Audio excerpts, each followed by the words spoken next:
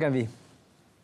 Ya, terima kasih Sahi. Konvoi kembara kenali Borneo Seri Paduka Baginda yang di Pertuan Agong Al-Sultan Abdullah Riayatuddin Al-Mustafa Billah Shah dan Seri Paduka Baginda Raja Permaisuri Agong Tunku Azizah Aminah Maimunah Iskandariah 3 sehingga 13 September bukan sahaja mendekatkan rakyat bersama pasangan diraja itu, bahkan berupaya mempromosi daerah di Borneo khususnya di Bumi Kenyalang.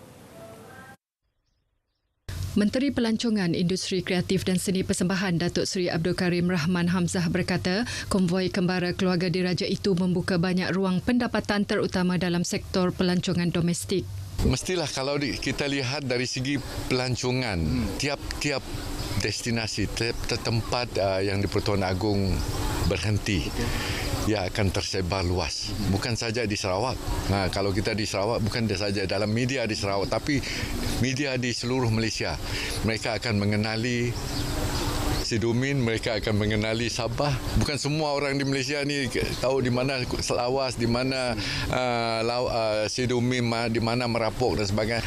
Ini sedikit sebanyaknya akan menganjakkan lagi industri pelancongan.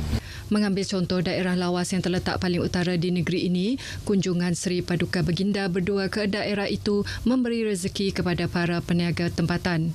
Menyatakan demikian kepada pemberita semasa konvoi kembara kenali Borneo, beliau menambah lokasi yang dikunjungi Seri Paduka Baginda berdua meninggalkan makna yang cukup besar kepada rakyat jelata.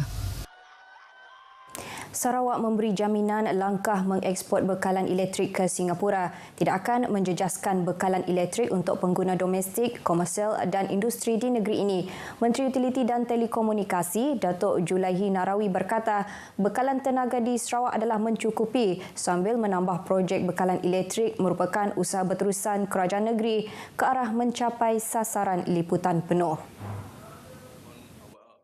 Datuk Julaihi turut memberitahu inisiatif tersebut bakal memberi keuntungan kepada perkembangan industri Sarawak sekaligus membantu mencapai status negeri berpendapatan tinggi menjelang 2030. Tarif yang kita kenakan kepada Singapura adalah jauh lebih tinggi berbanding dengan tarif yang kita kenakan kepada pengguna dalam Sarawak. Ours is cheaper compared to what we export. What we export is higher the tarifnya because that is our income for Sarawak in the long term. Beliau berkata demikian dalam sidang media selepas merasmikan Majlis Penyerahan Sijil Akreditasi kursus reka bentuk sistem solar fotovoltaik di Universiti Malaysia Sarawak UNIMAS di Kota Semarahan hari ini. Tambah beliau, selain Singapura, Sarawak juga akan mengeksport bekalan serupa ke Brunei Darussalam dan Sabah dalam masa terdekat. Terdahulu dalam ucapannya, Datuk Julaihi Narawi berkata, Pentaulihan Universiti Malaysia Sarawak UNIMAS menjalankan kursus reka bentuk sistem solar fotovoltaik akan memberi impak positif terhadap penggunaan sistem solar di Sarawak. Menteri Utiliti dan Telekomunikasi tersebut memberitahu ia juga bakal membuka lebih banyak peluang untuk menghasilkan lebih ramai profesional tempatan dalam reka bentuk sistem solar, memandangkan ketika ini Sarawak kekurangan pakar dalam bidang berkenaan. Menurut Datuk Julaihi, bagi memastikan kelestarian sektor solar, Sarawak tidak dapat bergantung kepada pihak luar untuk menghasilkan tenaga mahir serta kepakaran dalam bidang tersebut.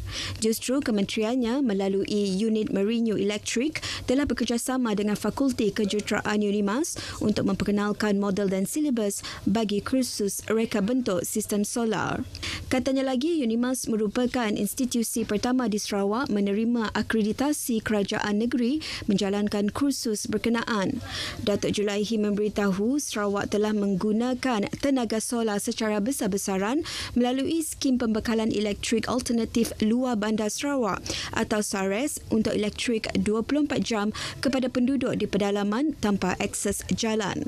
Tambahnya, sejak diperkenalkan pada 2016, skim tersebut memberi manfaat kepada lebih 15,000 isi rumah di 548 buah kampung dan rumah panjang di seluruh Sarawak.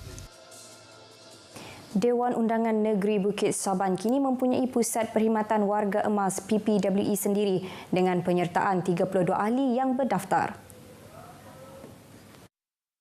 Timbalan Premier Sarawak Datuk Amar Douglas Ugah Embas berkata penubuhan PPWE itu dicadangkan sejak 10 tahun yang lepas dan telah direalisasikan tahun ini. Beliau yang juga merangkap pengerusi PPWE bagi DUN itu memaklumkan penubuhannya bertujuan bagi memastikan kebajikan warga emas di kawasan itu terjaga.